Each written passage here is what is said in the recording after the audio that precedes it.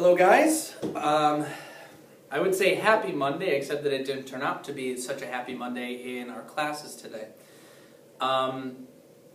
Because only 10, that's right, 10 of the more than 90 students I teach were prepared with what I asked them to be prepared with for today, I couldn't actually teach the class that I had set out to plan to teach, that I had planned to teach for today, because it required you to have put in the 36 minutes out of the entire weekend. And we did the math in some classes. I asked you for 0.6% of your weekend. 0.6%. You had 99.4% to do whatever you wanted to with it, and you couldn't give me the 0.6% of your weekend to actually follow through on the strategies that we talked about last week, practice them so that we could discuss them today, and walk through the questions. So I decided that we needed a little heart-to-heart, and so that's what took place over the course of our classes today. Well, I would like to actually do some explaining on this, and I hope that you're here watching the podcast, or the video blog today. I gotta get that out of my head. I hope that you're here watching the video blog today, so that I can actually explain some of the stuff that we were going to talk about in class today if you had been prepared. So I'm starting with this, I'm on the wrong one already. So the work you were responsible for coming in prepared with, the two short answer responses were what we were going to go over today, and I told you to pay specific attention to them, and yet most of you paid less attention to them than you did to the rest of it. So hopefully you'll pay attention now to kind of what's going on and how we use the strategy to build a quality response that's going to get us all the points we deserve on our ELA assessment. So take a look at this first question that you were responsible for doing. It says, at the end of the passage, the author says that the newness-filled will. Explain what this newness is and how it affects will. Use details from the passage to support your answer. Well, there are 3 sentences there. We need to identify the question if we're going to be able to RSQ and give a basic answer in order for our thesis statement to be true. Now remember, we give an RSQ and a basic answer to make sure that we've actually answered the question. If you don't answer the question, it doesn't matter how beautiful your text details would have supported an answer. If you don't give an answer, you can't get any points. So make sure that you RSQ and you give a basic answer as your thesis statement, because remember, that's what you're trying to get across. So using the question is a valuable strategy for providing a thesis statement. Well, we have to identify where the question actually is. A little trickier this time because there is no actual question mark. But we know from looking at it that what we're tasked to do is explain what this newness is and how it affects will. Alright? So if I'm building a quality thesis statement around that, I know I'm answering 2 questions, so I have to have 2 answers and 2 supporting details. Which means that since I'm answering 2 questions, I'm probably going to need a transition sentence too. So I look at this as an intelligent, thoughtful reader, and I say, I know that in order to get my full 2 points, I have to have a thesis and it has to be supported. But if my thesis includes 2 things, both things have to be supported, and I have to link my thoughts so that the reader knows what I'm actually talking about. Remember, understanding is how you're going to build that connection with the reader. And you're still writing for purpose. It's to connect with an audience. Remember that, because the way that the ELA assessment is graded now, it matters how readable it is for an audience. So I might say something like this. The newness is a feeling that came over Will, and it affects him by making him feel comfortable and at home in a place where he didn't before. Basic answer, if you read the passage, that was very clear to you. That was what the whole passage was about in the first place. And so we have a thesis statement. Well, now we've got to prove it. So now a quality test taker who's really using logic and thinking and putting in their effort says, hey, at the end of the passage, well, I'm going to go back to the end of the passage because that's where the newness is talked about.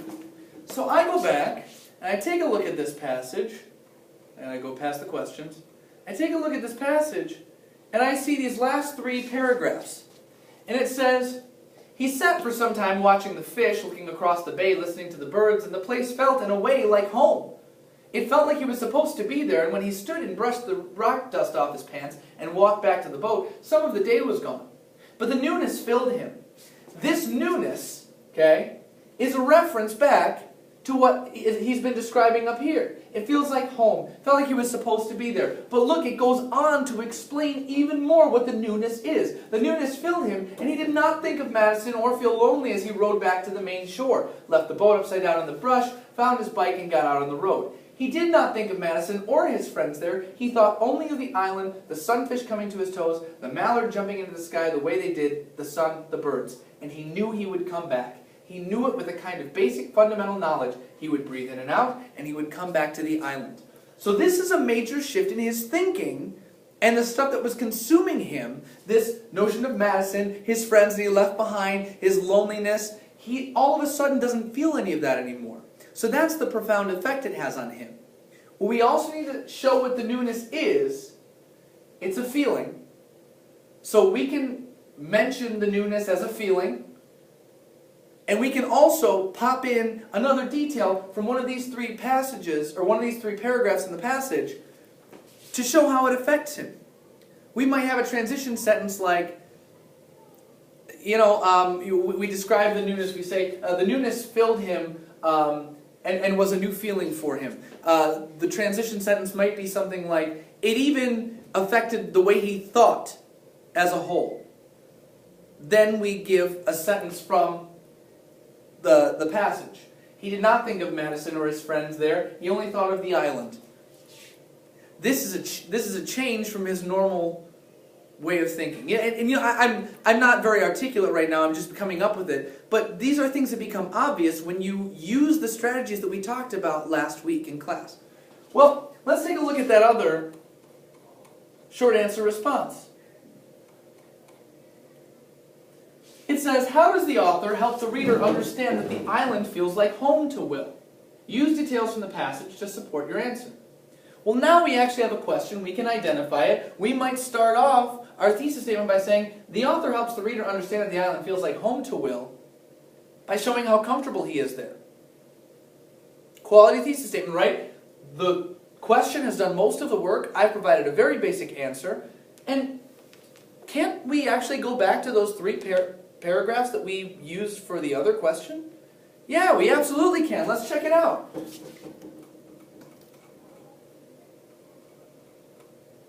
One that I would definitely include was, the place felt in a way like home. It felt like he was supposed to be there.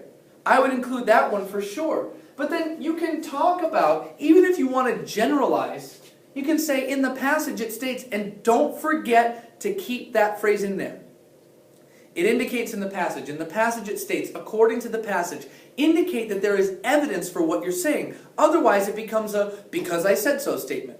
Well, if we're providing evidence, think of the people who typically have to provide evidence.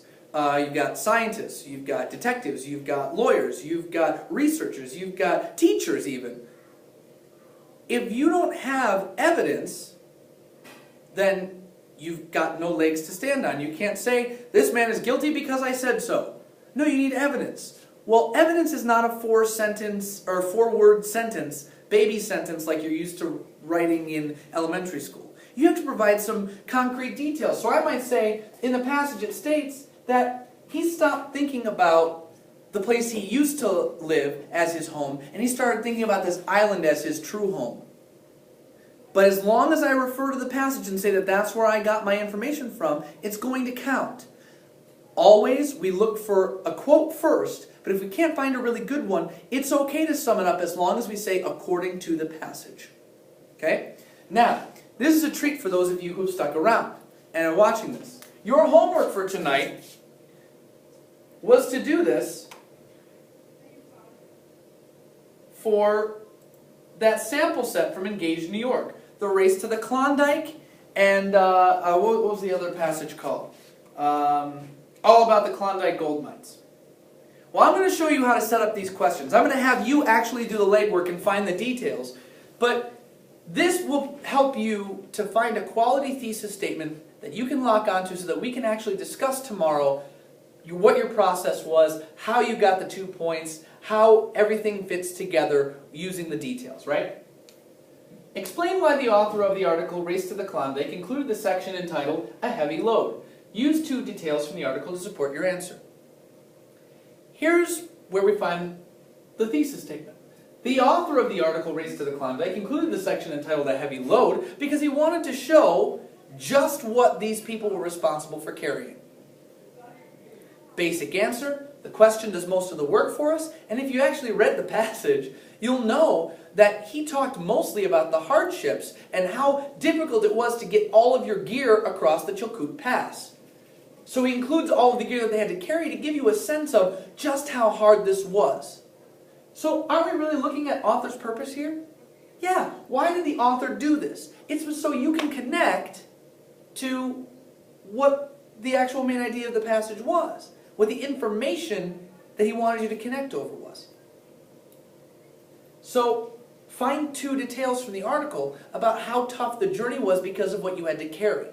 Okay, they're there. I promise you, we'll talk about them tomorrow. Next, all about the Klondike gold mines.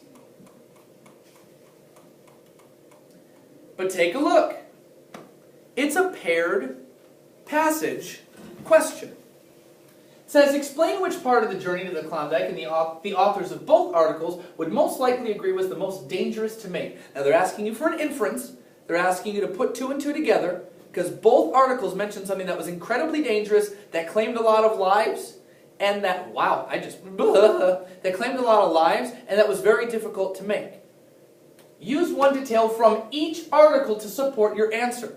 This means if you do not have a detail from both articles, you cannot get the 2 points. You have to support it from both articles. So what I start off by saying is, the part of the journey to the Klondike the authors of both of these articles would likely agree was the most dangerous to make was the Chilkoot Pass. The question does most of the walking for me. I provide a basic answer. Now I've got to go back and find details from each article that talk about the Chilkoot Pass. They're not that hard to find. Chilkoot is a strange word, and it stands out on the page because it's a proper noun. It's got a capital C, and it's got a coot in it. So take a look for those specific details in each passage and make sure you indicate which passage you're talking about. Say the author of the article Journey to the Klondike said, the article, you have to be very clear. What the test makers are trying to figure out if you can do is connect to a text. Can you read a text and understand it and connect to it? They don't actually entirely care what your feelings are about it necessarily, as long as you can understand it. See, because connection is an individual thing. It has to do with the reader and how they connect to something. But the understanding is what's at the core of the author's purpose. They want you to understand so they can connect, so you can connect to the information, but they know that everybody's going to connect differently. But people shouldn't really be getting different information out of the passage. So they want to know if you can take apart a text, make a connection to it, and provide evidence for the thinking you're doing. It's just like showing your work in math. That's what they're asking for. So make sure 3 to 5 sentences for each of these. They're due tomorrow. I want to discuss them. I want to not have another day like today where I have to tell you about how your choices have consequences in the distant future. I don't want to do that anymore. You've heard enough of that. I've said it enough times. You really just need to get on top of your responsibilities. Okay? Otherwise, all of this is meaningless. Because it's for you, not for me. Have a great day, guys. I'll see you tomorrow.